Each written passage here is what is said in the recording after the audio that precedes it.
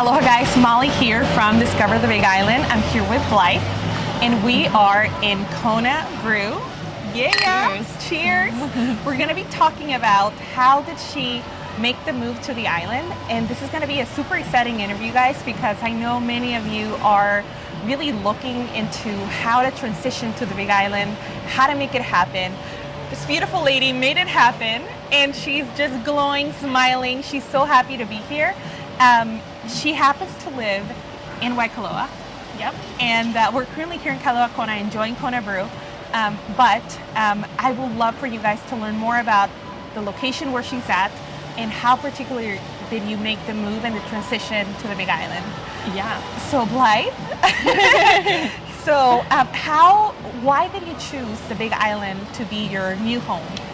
Yeah, so I actually it was very kismet. I was visiting here in May with my mom, actually over Mother's Day, and we were just honestly in the water, and I had this feeling of I need to be here and I can't leave this place. And wow. It was so strong that on the plane ride back to San Francisco, where I had been living, I wanted to cry. I didn't want to leave the island, and I was so excited to come back here that I spent literally the next few months from the second I got back to San Francisco looking for a way to come back here. To make it happen. Yeah, exactly. So then how was that process? Like, so you went back to San Fran, right? And you're like, I have to get back here. I was so obsessive. I was checking all of the websites on a daily basis for housing and understanding more about the island, just to make sure, because obviously it is a big move. And it just a lot of refreshing, lots of pages in order to find, all the information that I needed to find housing and everything. Right. But it was something that just was like so necessary in my soul. Right. I knew I needed to come here, so it was figured out a way to make it happen. And if we were to pause in on exactly what you said, it was a lot of refreshing. I noticed you said that. Yes. And that's exactly what I advise many of the people that are relocating. Some people, they're like, well, Molly, where do I go to like find housing or find rentals? Yeah. And my answer is to keep refreshing. Yeah. Facebook Marketplace, Craigslist, all the other sites that are, that have those rentals available. Yeah. And that's how you made it happen. That's because how I we're made it on happen. it. Yes, and my employer is probably not pleased with how much time I spent sitting on a computer refreshing. Researching. Yeah. It became a little bit of an obsession, if I'm honest. But again, it took time, but it was totally worth it. But I hear that you were determined to make it happen too. Yes, right? I set my mind to it, and I absolutely, decided that it was going to happen. So put all the effort into making it happen. Right. And it was a lot of effort, but it all worked out, luckily. And you know what? And I think that so when you made initial contact with the person, that rented you your space, that it was also a lot of like follow up and making sure that. Yeah, absolutely. So I mean, I applied to one apartment, and lots of back and forth with the owners. I had heard that there was very competitive. There are lots of applications in. And it took a lot of back and forths until I finally was accepted, and I think I screamed when I read the email that he said, we want you. I was like, I finally, I was like, I finally have a place. I finally can make it happen. It was such a huge relief. Isn't it like one of those letters when they tell you like you're accepted to this college? It's like, oh, I might as well have gotten into Harvard after this. Like, this is amazing. If I can get housing in Hawaii, I can do it all now. Exactly. That's all it takes. Oh my gosh. But I really hope that you guys caught what Blythe was saying about being determined and making it happen. People think that the listings are going to come to them, or and you also sometimes in some instances you may have to increase your rental budget. Yes. Yeah. Unfortunately, that was definitely the case for me, but it all worked out fortunately. I had also posted myself on a couple of the sites saying that I was looking for housing, which is also helpful. I did have a few people reach out that wasn't exactly what I was looking for, but there were a lot of people who did respond to those as well. Right. And then that way you're able to like get connected in some way with other people, or at least, or try to make friends also. Yeah, exactly. That's part of moving, right? You have to figure out how to make friends and that too. All of that. So, but again, so much perseverance, so much determination. Take notes, guys, because for the people that email me and say, how do I make it happen? You just like have to continue to look in those websites, but continue to have your goals in mind and, you know, keep refreshing. Yeah. I think if that's something you want to take away from this conversation in regards to finding the proper rental, keep refreshing. Yeah, and the last thing that I would say is that, you know, being open to places, you know, I was looking in Kona as well as a couple other places on the island, and so I did keep a pretty open mind about where exactly I wanted to be, because I knew that, you know, housing is unfortunately in high demand right now. So that was another part of it, is flexibility. Right. Yeah. Right. So now you're in Waikoloa. Yes, made it to Waikoloa. How do you like it? I love it. For me, it was the perfect place to move to the island to start getting acquainted. You know, it's about 30-40 minutes away from Kona. It's 30 minutes from Waimea, about an hour to Hilo. So it just gives you a lot of flexibility to be able to explore the island. It is very windy, though. Yes. Not something that I'm sure people quite understand how windy it can actually get. Well, they call it Waikoloa for a reason. Yeah, I've heard that, and it was funny. I only heard it once I got here, and I knew that it was windy, but I didn't quite understand how windy it was. How windy it is. But it's very windy, and it's just something to keep an eye on if that's something that would potentially bother you about a location. I'm working from home, so actually the wind can kind of be a nice way to cool down. You know, my condo right now, it's actually kind of helpful, but definitely when I go on my runs, I'm always wearing sunglasses just to keep the dirt from flying into my eyes. Exactly. Yeah. And you know what, and for the people that don't know exactly how to give perception of the wind, how much it travels, it can reach up to 60 miles per hour. Those are like the worst days of Waikoloa. Like that's like worst. Yeah. On regulars, what will you say, like 20? Probably 20. Yeah. There are definitely times when I'm driving, you know, up the road to home where I feel my car kind of shifting a little bit from the wind there. Yeah. So it is You're really like, strong. am I gonna fly today? Yeah. Am I just gonna take off? Am I just a helicopter now? Right. So it is windy, but it's just something to be aware of if that's something that would bother you. But again, for me, it was all worth it, and the place that I found. So I'm very happy that that I got to land there. And also, I mean, like everything has its plus and its minuses. Yeah. Yes, you know, Waikoloa, it's windy, but then you're close to Hapuna and Mauna Kea Beach. Yes. Which is just like amazing beaches. Yeah. I mean, how would you describe them? Because I'm always describing them as magical, because that is like, I mean, it's like the top. If you think of exactly the type of beach that you would want to enjoy in Hawaii, I think Hapuna is it. Hapuna is just it's amazing.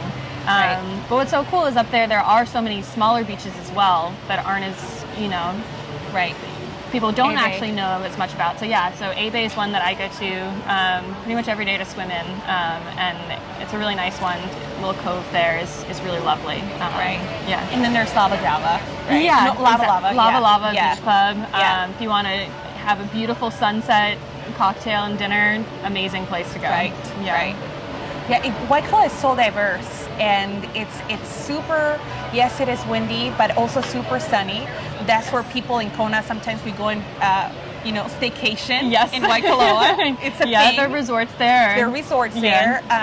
You know, I mean, we do have plenty of resorts here in Kona, but in Waikoloa, there's a Hilton. Yeah. And it's kind of like the Disneyland of all resorts. It is, and it's very fun to visit. Super fun. All the resorts are amazing up there, and all the beaches for the resorts are also equally amazing. Right. So. And then there's like restaurants and things that you can do. Yeah, absolutely. It's very resorty, right? It is very resorty. So where I am in particular is up in the village, a little separate from the resorts, which I love because I have the feeling of, you know, there are no tourists up where I am. It's very local. Super local. That's where the locals live. That's so true. Yeah. So I love having that experience, but then being able to go, you know, there's a really nice movie theater with a dine-in movie theater in Waikoloa. Let's talk about that one, please. Yeah. It's very high-end. It is. It's so fancy. I was just excited that there was a movie theater nearby. And did you like the food also? The food was great, and the drinks are great. Did you try the fries? The fries were amazing. Oh my gosh, I know. Yeah. I know. Yeah. So very, very happy to have any theater, but the fact that it's like a luxury cinema, Right, is it's a lot like of fun. AC. Yeah, the AC It's like is very helpful. leather seats and Yeah. just very like high end. Yeah, lots of Unexpected. space to, you know, Very spread spacey. out. Yeah, very COVID friendly as a movie theater. And the food is unbelievably good. The food is really, really good. Really, there. really good. But yeah, so there's many things that people can enjoy in Waikoloa. Definitely. So now let's talk about pets. Have you found Waikoloa to be like very pet friendly? I was shocked at how pet friendly Waikoloa actually is. So my condo actually, you know, backs up onto the golf course there, and I was surprised to see that dogs are actually allowed on the golf course. the So property. yeah, early in the morning and in the evenings when there aren't people actually golfing, I see a lot of dogs running past and their owners taking them out on walks and stuff. And it's, as someone who just got to bring their dog over here, it's been really nice to be able to have him with me and for him to be able to just explore and be outside and enjoy grass. Something that you didn't have the before. cutest doggy ever. She showed me a picture. I was like, oh my gosh. Yes. We may, you know, with your permission, Oh, we absolutely. just upload a picture of it. It's Yeah. the cutest thing ever. Yes. And we're also planning to discuss how that Blythe went with the process of bringing the doggy out here. Yes. That's like a video of its own. So we're going to be posting it very, very shortly. But Yeah, because it is a process. So it takes some time. It takes some big, coordination. big process. Perseverance is the theme here. You Right? know? Exactly. Exactly. You have to How be very to- determined to make these things happen. But, very determined. Yeah, but you can do it for sure. So. So now, what are the activities that you have enjoyed the most while being out here and enjoying the Hawaii life? Yeah, so number one has been everything in the water. So I've gotten to surf a lot, do more snorkeling, swimming. It's just been so incredible to have such easy access to Right. amazing waters. Which one is your favorite so far? So For far, surfing or for surfing, I've been, you know, actually coming down to Kona quite a bit because in the, you know, warmer summer months, a lot of the surf is down here. So it's where I have to come down to. Right. But, you know, there's lots of places that in the winter I'm very excited to explore up by me and get to surf up there.